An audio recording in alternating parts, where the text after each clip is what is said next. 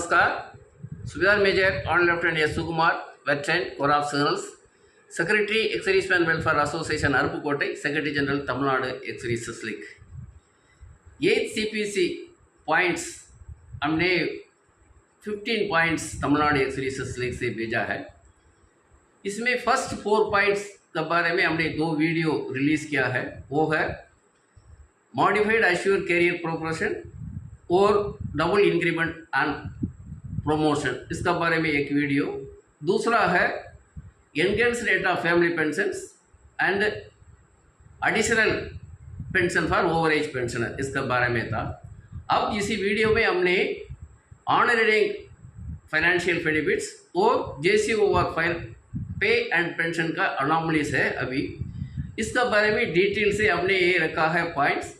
Honorary ranks का financial benefits हर एक rank को मिलता नहीं, ये हर एक रैंक को भी ये फाइनेंशियल बेनिफिट्स रिटायरमेंट बेनिफिट्स मिलना चाहिए। वो जेसीएस और का पे एंड पेंशन का अनॉमलीज है, वो अनॉमलीज को सही करके सही ढंग से उनको पे एंड पेंशन मिलना चाहिए बोल करके हमने ये पॉइंट्स रखा है, वो भेजा है। उसका बारे में एक डिटेल वीडियो है, अभी देखते हैं। Welcome veterans welfare Aruppukottai YouTube channels. 8 CPC points, servicemen and ex-servicemen issues, honoring financial benefits, JCUs and over pay and pensions anomalies, इसका बारे में था। फर्स्ट ऑनरी रैंक्स, ये ऑनरी रैंक्स का बारे में है। DSR defence service regulation for the army 1987 में है, पैरा 177 to 182 तक क्लियरली लिखा है। इसमें honorary Naik and honorary Havildar first, इनका पेंशन था। पहले क्या था, ORP 1 इम्प्लीमेंट होने तक उनका पेंशन था।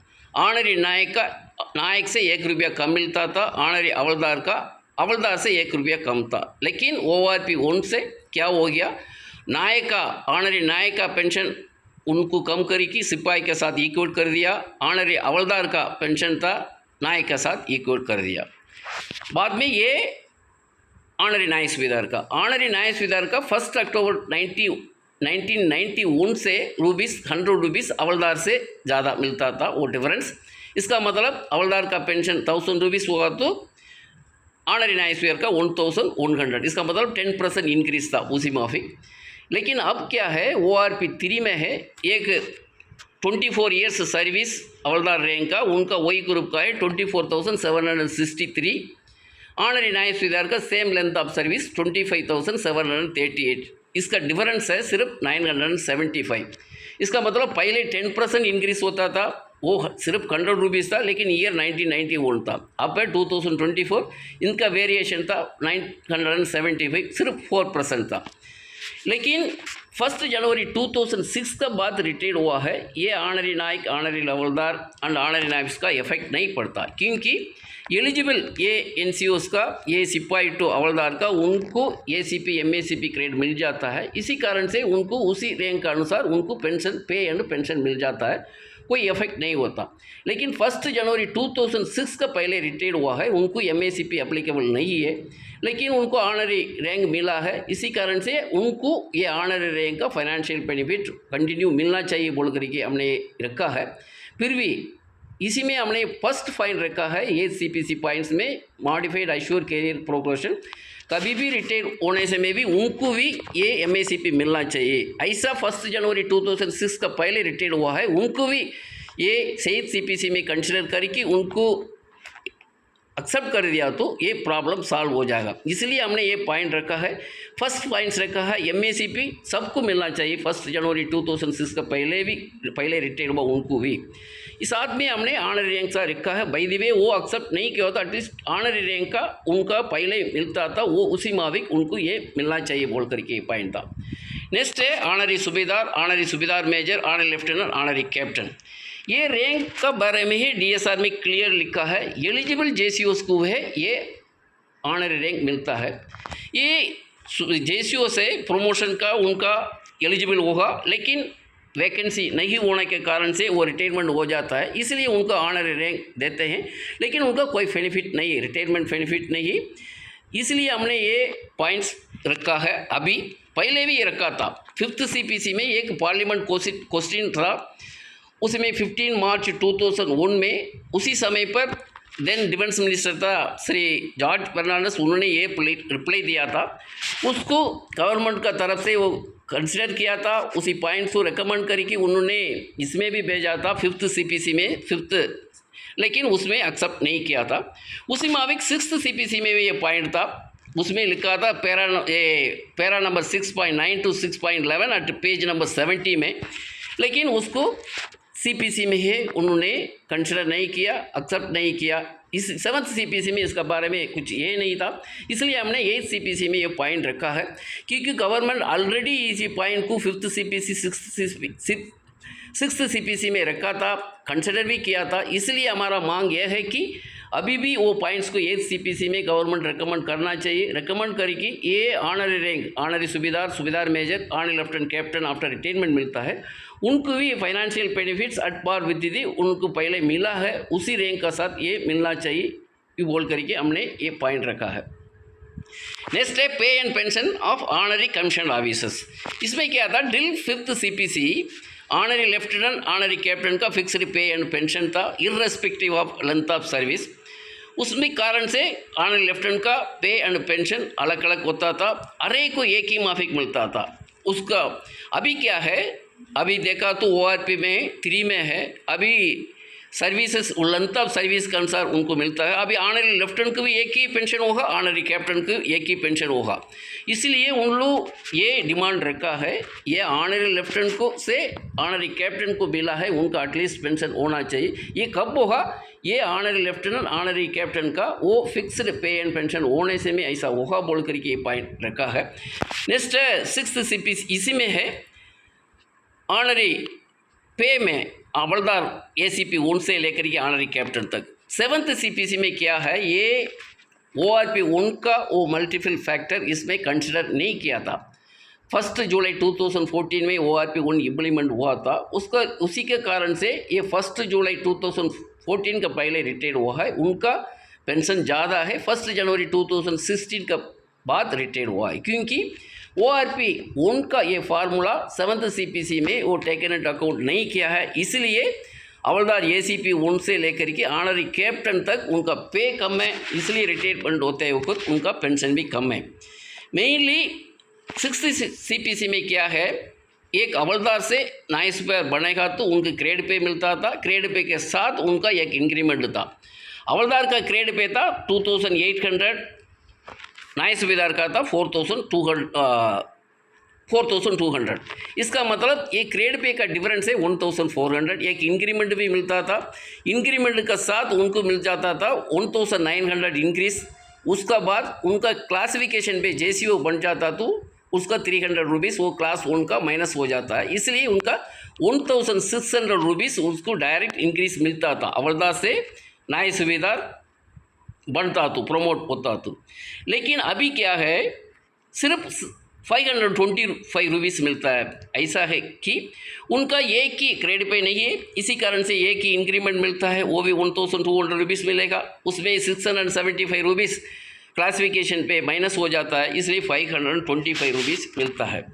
इसी कारण से क्या हुआ है, पहले का माफिक वो इंक्रीज हुआ तो अभी हवलदार से नायब सूबेदार बनेगा तो उनको 4000 रुपीज़ इंक्रीज हो सकता था, लेकिन क्योंकि उसी टाइम पर उसका 10% इंक्रीज था, लेकिन अभी है 1.5% इंक्रीज मिल रहा है। इसी कारण से उनका है 40,000 से 40,600 था, लेकिन पहले माफिक हुआ तो उनको 44,000 ये होता तो होगा। इसी कारण से क्या हुआ, अभी ये लेस इंक्रीज होने के कारण से सिर्फ 500 to 600 रुपीज़ इंक्रीज के कारण से उनका हवलदार ACP 1 से लेकर के नायब सूबेदार मेजर ऑनरी लेफ्टिनेंट कैप्टन तक उनका सर्विस बढ़ते जाएगा तो इंक्रीमेंट में भी कम हो जाता है ऑटोमेटिक। इसी कारण से उनको पे कम हो जाता है, पेंशन भी कम हो जाता है, इसलिए अनामलीज हुआ था ORP 2 और ORP 3 में भी हर एक JCOs का ये पेंशन कम होल्ड करेगी।